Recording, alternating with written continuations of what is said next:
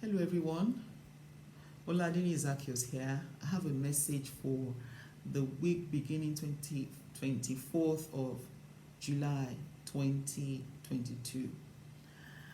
And the message says, you will not be cheated. You will not be cheated. 1 Samuel chapter 16 verses 11 to 12 in the New Living Translation reads, Then Samuel asked, Are these all the sons you have? There is still the youngest, Jesse replied, but he's out in the fields watching the sheep and goats. Send for him at once, Samuel said. We will not sit down to eat until he arrives. So Jesse sent for him. He was dark and handsome with beautiful eyes. And the Lord said, This is the one, anoint him. So by now you probably guessed that's the story of David, the biblical King David. This was a young man that his father did not even count him as one of his children. The prophets asked him, Bring your sons, I've come to anoint one of them to be king. David was not even considered as part of the family. Long story short, David's own father betrayed him. If not that God was on his side, David would have been consigned to being the family shepherd for life.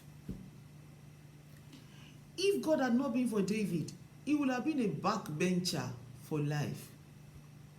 Meanwhile, David was a hard-working young man, working tirelessly for his dad, and obviously for the family. That same dad forgot him. Samuel asked for his sons. Jesse brought out the sons that were not working as hard as David.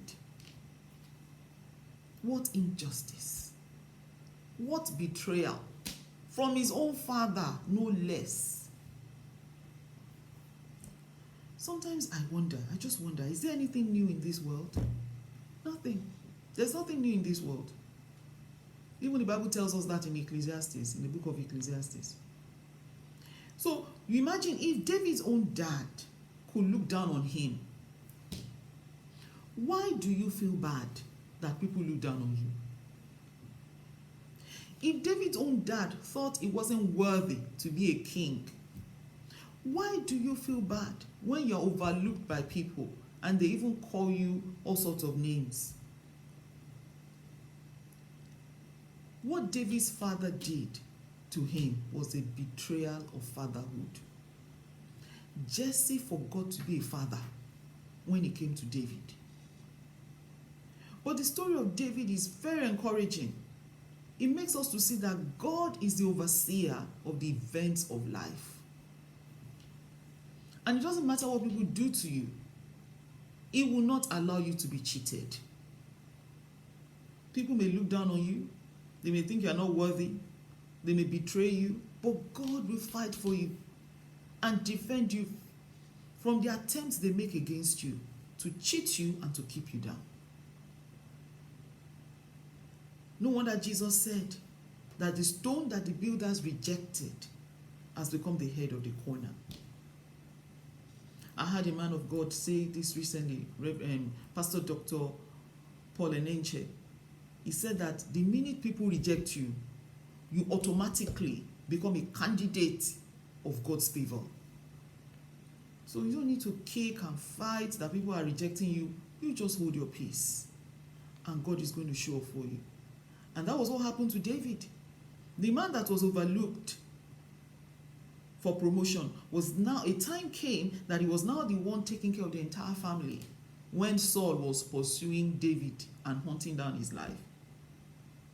David was now the one that made provision for safety for his father and his mother and his siblings. So I want to encourage you. I want to encourage myself.